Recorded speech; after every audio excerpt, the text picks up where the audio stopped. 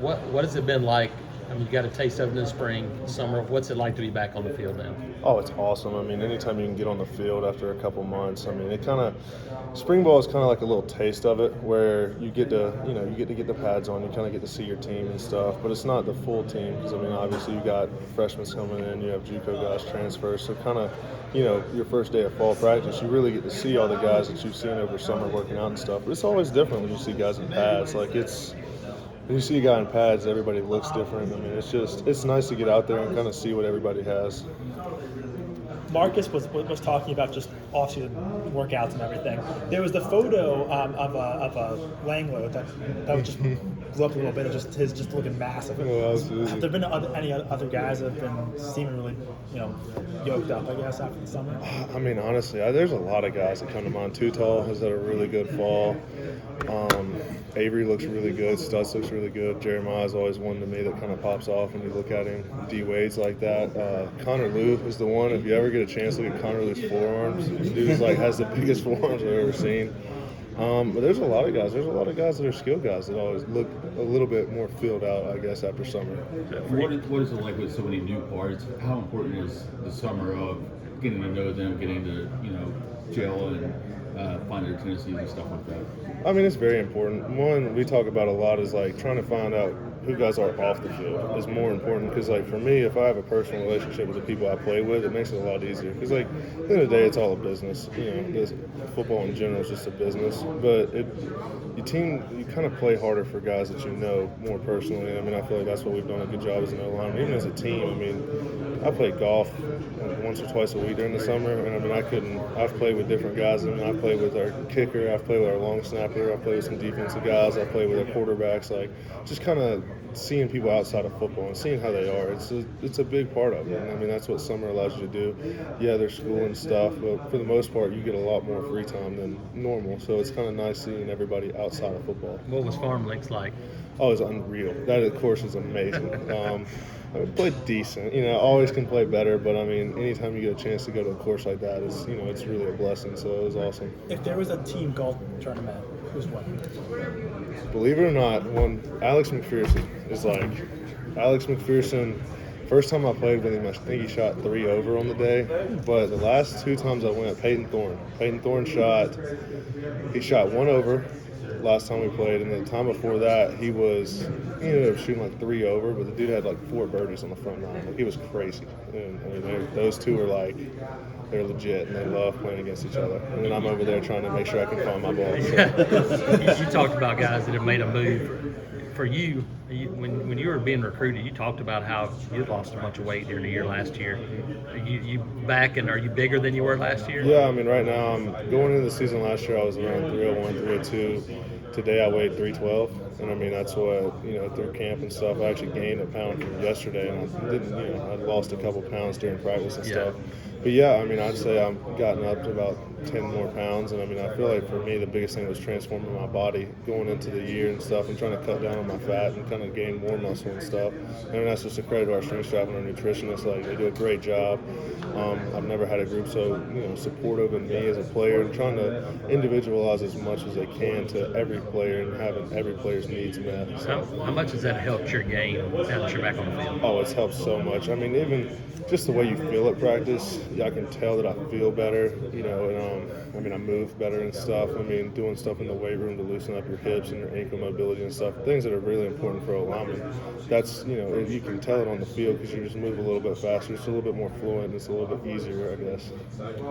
Working with Jake Thornton and playing for him, he's kind of a young guy for an offensive line coach. What is it like to work with him? And, does it help that he's a little younger and you're a little older? Well, so it's kind of funny. So he's younger than my brother. So I have twins that are 10 years older. So it's always, we kind of talk about that.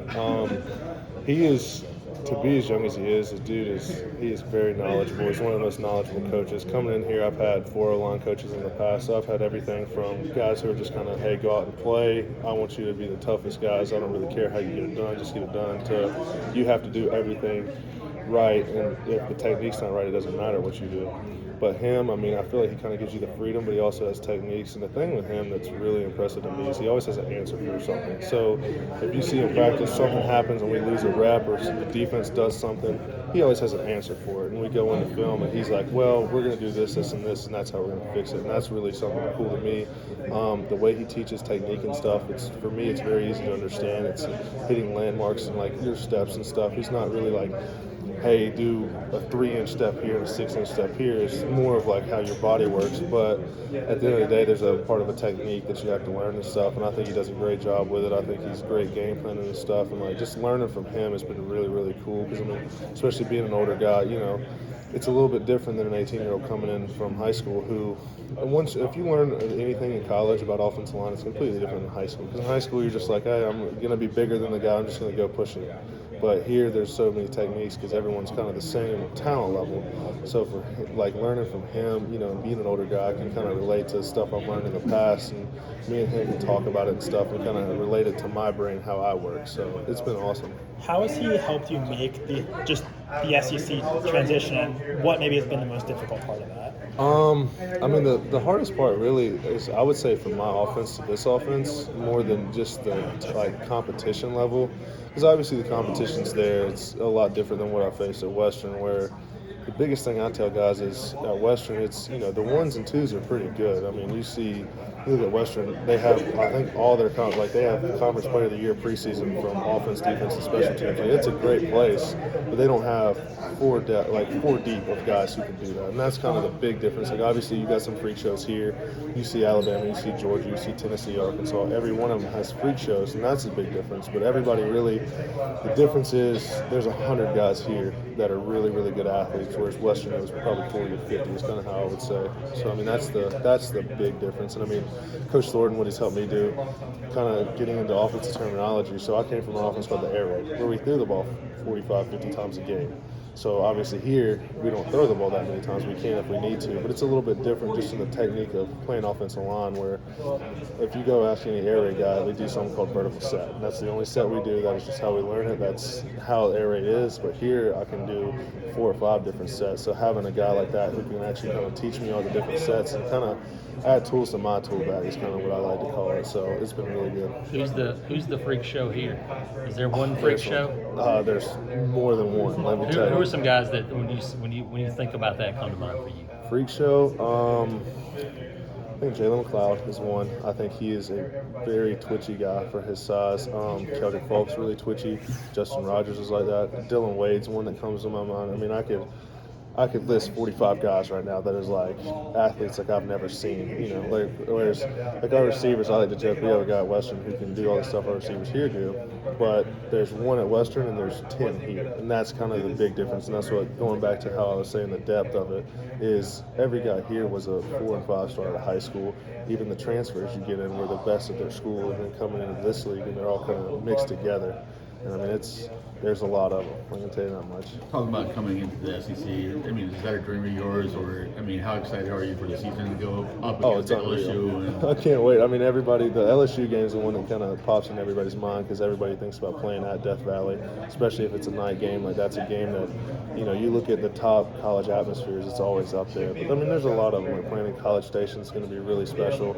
Even, I mean, playing at Arkansas, even though I've actually played at Arkansas before, but like, even playing here, and I mean, the way I describe it to guys is I've played in big stadiums where I've had 90,000 people cheer against me, so it's going to be kind of nice having 90,000 people cheer for me. Yeah. And that's a big difference, but I mean, it's special. I mean, I grew up as a South Carolina fan. I'm from South Carolina, so I knew all about the SEC. Like, even today, we had Tim Tebow speak to him, and I'm like, some of my teammates were like, yeah, I was 3 when he was playing, and I remember I was 8 years old. Like, I remember watching Tim Tebow do all this stuff live, and I'm like, you know, this is crazy. Like, seeing guys like that, or even like Cam Newton, and being like, you know, I'm now on that stage of like, that's where I play. It's, you know, it's special. I mean, it was cool. Like, even my brothers like to say when I came on my visit here and they saw the SEC patch, like, it just means more. And I mean, it really does. I know we have shirts that say the SEC means more, but it just does. I mean, that's the best college football in the country, and I think everybody would agree with that. So it's like coming into, when you get to Western and you're like, well, I'm in the Conference USA, I don't really ever expect to play in the SEC to, now I have an opportunity to do it. It's really special, and I'm looking forward to it a lot. With this roster now, 40 newcomers, you're one of them, but you added 20 more during the summer. How much more confident does this team and program feel now even than it did in the spring? I would say we built something really nice in the spring and to add guys into it, and kind of, Freeze talks about a lot, is filling the holes. Is kind of what I feel like we've done over the last 6 months of recruiting and stuff. And even bringing in guys like me that are ready to play now. That's a lot different than when I got to the college. You couldn't do that. Like, that wasn't a thing. Like, you just had your roster. You could add your freshmen, but most times, you're going to have a couple freshmen to play, but not all 25 are going to play. So now with the portal, being able to kind of win now, and I believe it was TCU last year did it a lot, where they added like 40-something guys from the portal, and everybody's like, what are they doing? And then they go play for a national championship, and you're like, okay, well, maybe there's a method to the madness. Even from my personal experience, we do it a lot at Western because we added a lot of guys from the portal. And, so for me coming in here, I kind of know how it is when you add 30 guys in the portal. If y'all remember 2021, we had an OC, 3 receivers, and a quarterback come from a school called Houston Baptist. So kind of having that, and then, we added 25 more guys just from the portal. So now coming to here, we have a bunch of new guys, and it's kind of, the thing about it special is everybody it's 1 year at a time. So like here, you never know what's going to happen with guys here, if they're going to leave or stay, but everyone has 1 year together. So for us to all be able to come together and kind of play for each other for a year is going to be something special.